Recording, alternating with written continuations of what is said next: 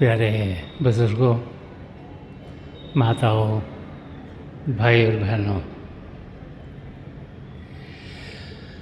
हम लोग बड़े खुशकिस्मत हैं कि दयाल प्रभु सुदर्शन सिंह जी महाराज ने बहुत बड़ा खजाना हम सबके लिए रखा है ताकि हम ज़िंदगी के मकसद को जान पाएँ और कैसे हमें जीना चाहिए उसकी समझ हमें आ जाए। जब से इंसान पैदा होता है वो कुछ न कुछ सीखता रहता है। छोटा बच्चा माँ बाप से सीखता है, स्कूल में जाता है तो अपने टीचर्स से अलग अलग चीज़ें सीखता है। सीखता क्या है कि उसे अपनी ज़िंदगी जीनी कैसे है जिसमें कि वो खुश रहे। माँ बाप बच्चों को सिखाते हैं कि जहाँ भी वो पैदा हुए हों उनकी भाषाएं, उनकी कल्चर्स, खाना पीना कैसे चाहिए, किसी को आदर से मिलना कैसे चाहिए।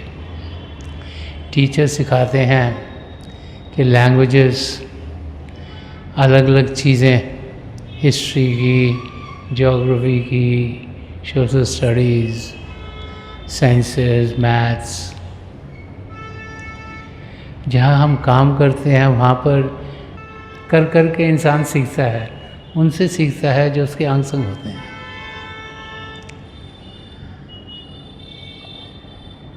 और पर्पस इन सब चीज़ों का यही है कि हम अपनी ज़िंदगी आराम से गुजार पाएँ। कोशिश हम सबकी यही रहती है कि हर एक चीज़ हमारी ज़िंदगी में आराम से हो, सही तरीके से हो, लॉजिकली हो, ताकि हमारी समझ में आए कि हो क्या रहा है।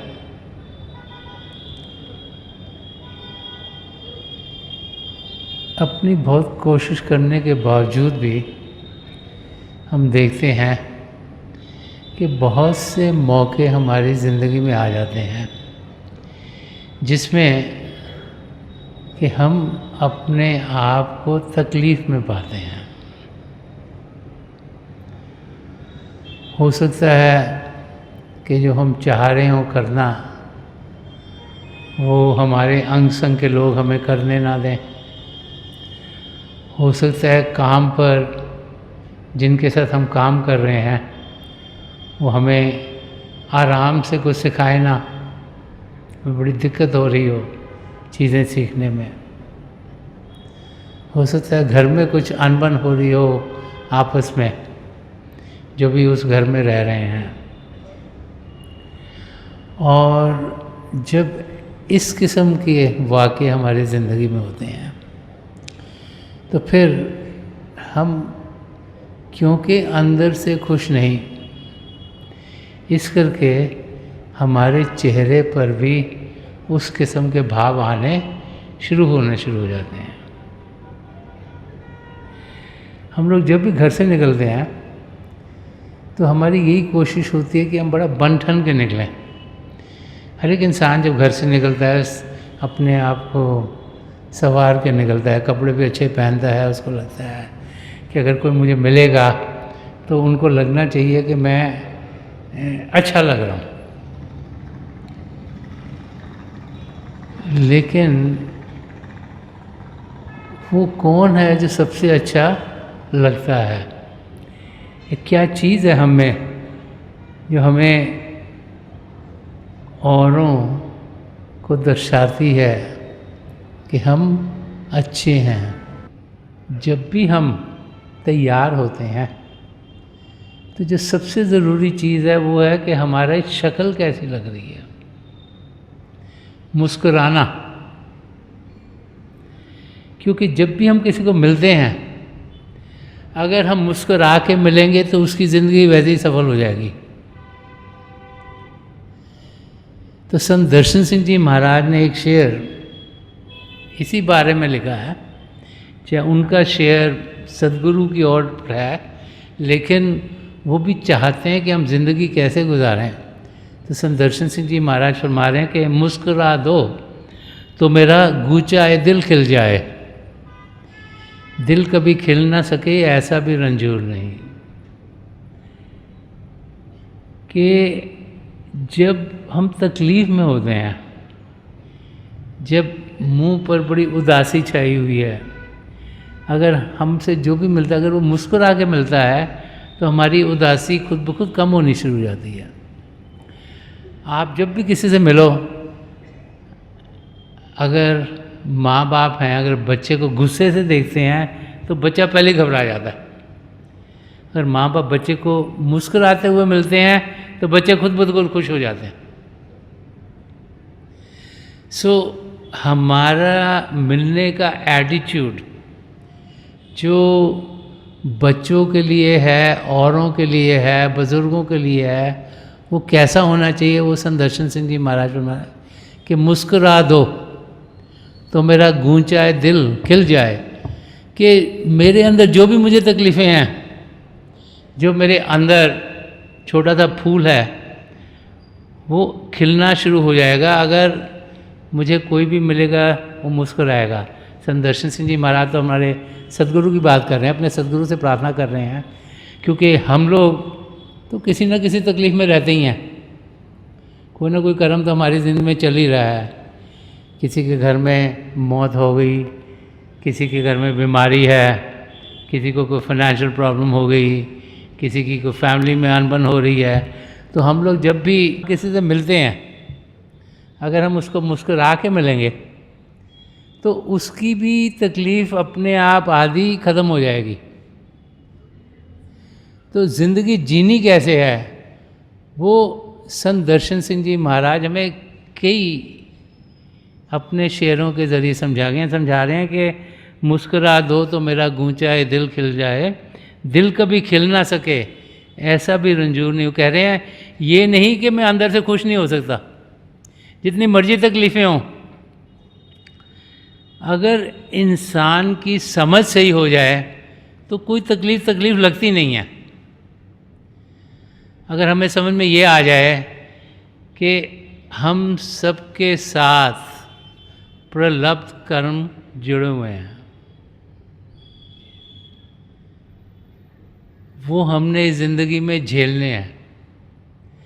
ऊंच नीच आएगी और उसके बावजूद भी, क्योंकि हम तो सब सही तो हैं ही नहीं, कुछ ना कुछ गड़बड़ तो करते ही रहते हैं, उस करके भी तकलीफ़ें बढ़ती हैं। क्योंकि हमने कोई चीज़ ठीक नहीं करी, उस करके भी तकलीफ़ बढ़ गई। और जो पहले से गड़बड़ करी हुई है, जो आ ही रही है पीछे से कर्मों करके, उस करके भी ऊंच नीच लाइफ में आती है। अगर समझ में ये आ जाए कि ये हमारे कर्म हैं जो हमने झेलने हैं, चाहे हमने पुरानी लाइफ में करे थे चाहे इस लाइफ में कर रहे हैं, तो फिर हमारा नज़रिया उस तकलीफ़ को देखने का बदल जाता है। फिर हमें ये समझ आ जाती है चलिए ये तो अच्छा है कि ये भी हो गई तो ख़त्म हो गया, ये हिस्सा तो गया,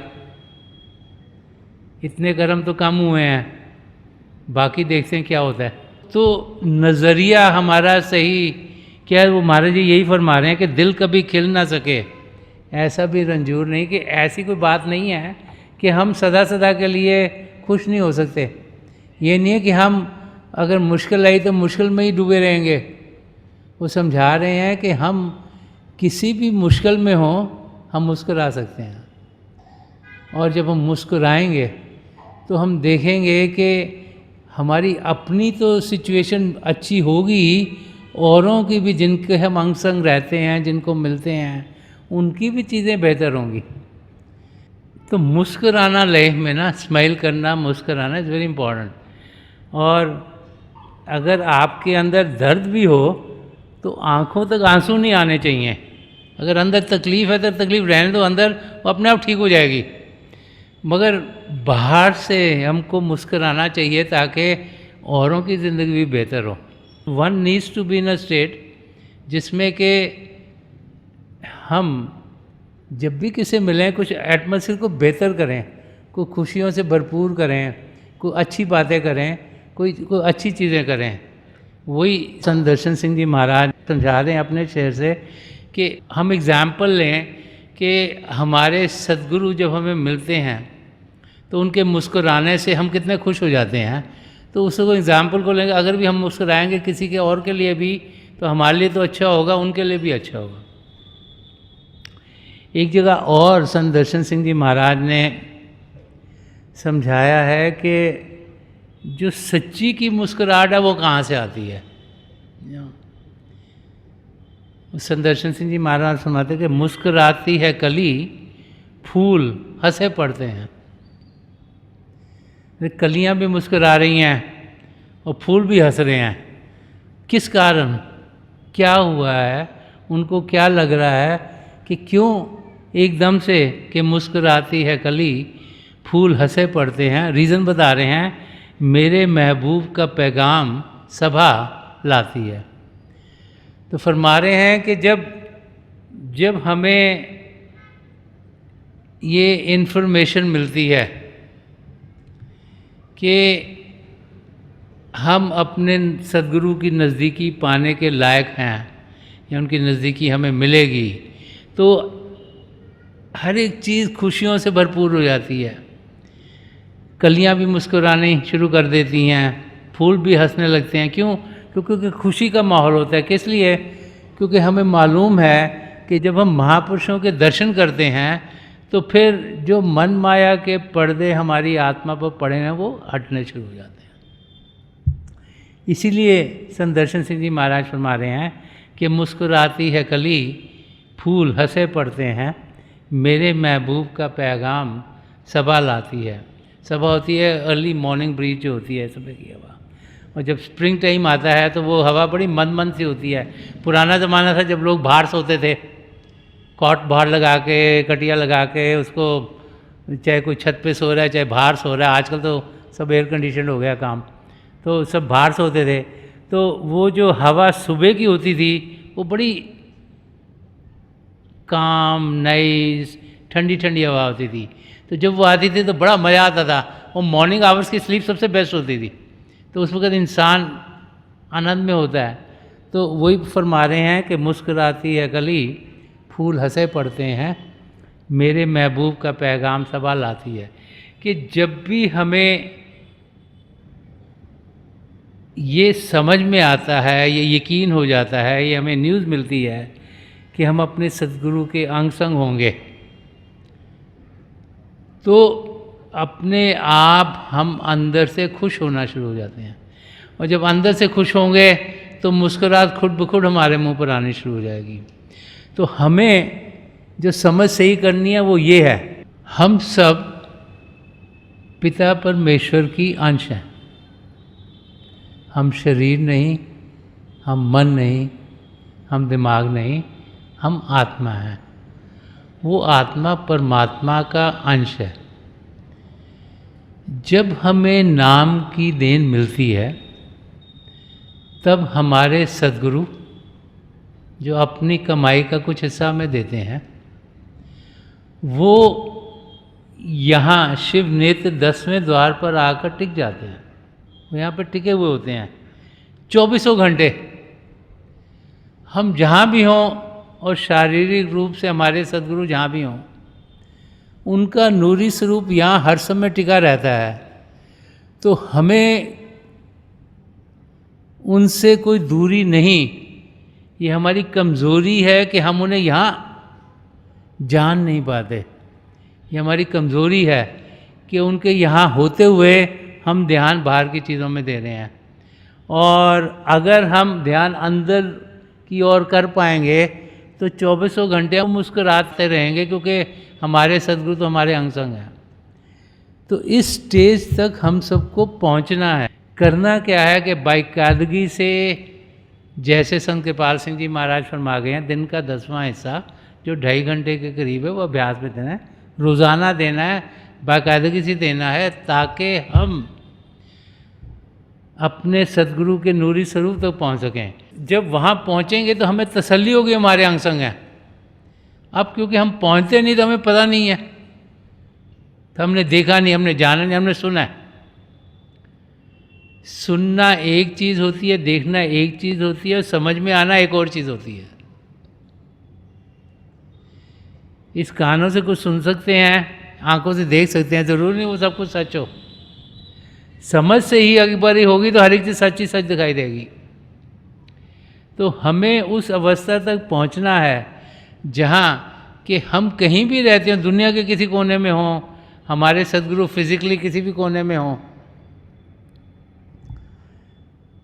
हम उन्हें अपने अंदर पाएं। वो तभी होगा जब हम भजन अभ्यास करेंगे, जब बाकायदगी रोज़ाना अभ्यास के लिए बैठेंगे। और अभ्यास को सही तरीके से करने के लिए हमारा सिमरन सही होना चाहिए। तो सिमरन की प्रैक्टिस सबसे ज़रूरी है। जब तक हमारा सिमरन सही तरीके से नहीं चलेगा तब तक हमारा मन काबू में नहीं आएगा। मन को काबू करने के लिए हम सिमरन करते हैं। तो सिमरन की प्रैक्टिस करके ही हम मन को काबू कर सकते हैं, क्योंकि शरीर को काबू करना बहुत आसान है। शांत जगह ढूंढ के बैठ जाएं तो सब पांचों इंद्रियां आसानी से अंदर जाती हैं। मन को काबू करना मुश्किल है, वो कभी यहाँ भागता है, कभी वहाँ भागता है, कभी वहाँ भागता है। तो हमें करना क्या है कि सिमरन की प्रैक्टिस करनी है। दिन भर जब भी हम कोई मानसिक काम ना कर रहे हों, कोई मेंटल एक्टिविटी ना हो, हम सिमरन करें ताकि सिमरन पक्का हो। जब सिमरन पक्का होगा तो हम देखेंगे कि शरीर को शांत करना आसान है। मन शांत हो गया तो अंदर की दुनिया में बढ़ पाएंगे, और समय के साथ रोशनियाँ, आसमान, सितारे, चंद्रमा, सूर्य को पार करके हम अपने गुरु के नूरी स्वरूप तक पहुँच सकते हैं। और जब वहाँ पहुँचेंगे तो फिर हमें अंदर से अनुभव होगा कि हाँ, हमारे सद्गुरु हमारे अंग संग हैं। तो फिर इंसान हर एक चीज़ को मुस्कुराते हुए ही उसके साथ डील कर सकता है। सो द की इज़ कि हम सिमरन को पक्का करें, और जैसे जैसे सिमरन हमारा पक्का होता चला जाएगा हम देखेंगे कि बाकी सब चीज़ें हमारी ज़िंदगी में बेहतर होती चल जाएंगी। तो संत दर्शन सिंह जी महाराज हमें समझा रहे हैं कि ऊंच नीच ज़िंदगी का हिस्सा है, कोई ना कोई तकलीफ़ लगी रहती है। वन शुड थिंक कि ये this a part of life, ये हमारी ज़िंदगी का हिस्सा है, ये हो आएगा। लेकिन वो गुजर भी जाता है समय, ये नहीं कि गुजरता नहीं, ये नहीं कि सदा सदा के लिए मुसीबत पड़ी रहती है। थोड़ी देर के लिए आती है फिर टल जाती है। अगर हमारा विश्वास प्रभु में पक्का होगा तो हम किसी भी मुसीबत में से निकल जाते हैं। और थोड़े से भाई बहन आपने देखे होंगे जो हर समय ऐसे लगता है जैसे मस्ती में है, वो हर समय लगता है खुश हैं। उनको कई लोग, दुनिया के लोग सोचते हैं ये पागल हैं, लेकिन वही हैं जो कि सच्चाई को जान गए। जो पंजाबी में बोल, पागल का मतलब जो गल को पा गया, जिसने चीज़ को जान लिया, जिसने पहचान लिया। उन भाई बहनों का ध्यान बाहर की चीज़ों में नहीं है, तो ध्यान अंदर की ओर है। अंदर खुशियाँ खुशियाँ, इस करके उनके मुंह पर मुस्कुराहट, उनका ध्यान बाहर की चीज़ों में होता ही नहीं है। वो उनका सारा ध्यान अंदर की ओर है, तभी लगता है हो मस्ती में ये इंसान है। कम होते हैं ऐसे लोग, पर उस अवस्था तक हम सब ने जाना है और हम सब वहाँ तक पहुँच सकते हैं। और उसके लिए यही ज़रूरी है कि हम सिमरन को पक्का करें, बाकायदगी से अभ्यास करें, सद्गुणों को अपनी ज़िंदगी में डालें, और हर समय, हर पल, हर क्षण मुस्कुराते रहें।